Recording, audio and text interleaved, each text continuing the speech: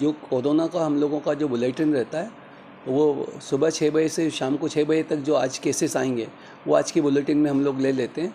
तो कल का जो बुलेटिन है हमारे पास, उसमें कल के जो फ्रेश नए केस थे पॉजिटिव वो 16 थे और अभी तक 92 पॉजिटिव हैं और इसमें से एक्टिव केस की संख्या 62 है और एक मृत्यु हुई है। और वो मृत्यु जो हुई है उस मरीज का पुराना टीबी का इलाज हुआ था, उसके अलावा उसको अस्थमा की शिकायत थी और उसको अन्य बीमारियों में उसको किडनी से संबंधित रोग, शक्कर की बीमारी यानी डायबिटीज़ और रतलाम की मरीज़ थी और यहाँ पे वहाँ से उपचार लेने के पश्चात यहाँ एक निजी चिकित्सा संस्थान में भर्ती रही थी और बाद में MRTB अस्पताल में भर्ती हुई थी जहाँ उनकी मृत्यु हुई है। तो जो भी इस तरह के पहले से जिन गंभीर बीमारियों से घिरे हुए रोगी हैं उनको हम बराबर ये परामर्श दे रहे हैं कि उनको कोरोना के जो प्रोटोकॉल्स हैं उनका पालन करना है, उनको भीड़ भरी जगहों पे जाने से बचना चाहिए और साथ ही यदि ज़रूरत हो तो उनको मास्क का उपयोग करना चाहिए।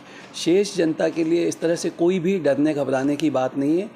हम लोगों को जब भी साधारण घर में भी सर्दी जुकाम होता है तो हम लोग एक दूसरे से दूरी बना के रखते हैं और इसी नियम का पालन हमको सभी के लिए करना है। नए केसेस आए, इसमें कोई ट्रैवल हिस्ट्री होगा?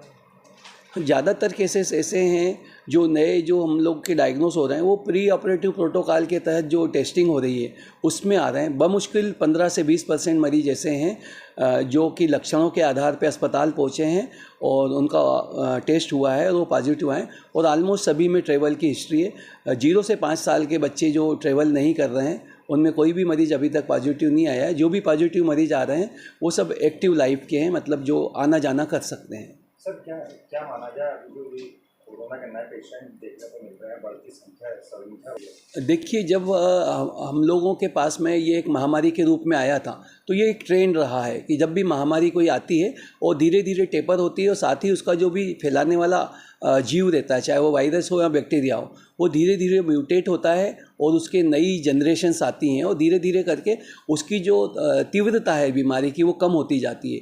तो हम उसी फेज से गुजर रहे हैं।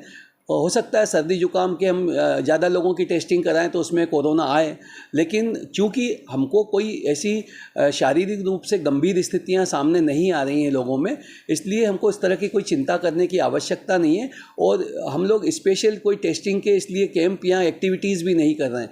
जिनको लक्षण है, लक्षणों के आधार पर हमारा सबसे निवेदन है, जिनको भी लग रहा है कि उनको कोई ज़्यादा दिन से बुखार है, सर्दी खांसी के ज़्यादा सिम्टम्स है, सांस लेने में तकलीफ हो रही है, वो कहीं भी निजी शासकीय चिकित्सक जो भी नियरेस्ट अवेलेबल है उनसे संपर्क साधे, उपचार लें और ज़रूरत होगी वो लोग उनको टेस्टिंग एडवाइस करेंगे।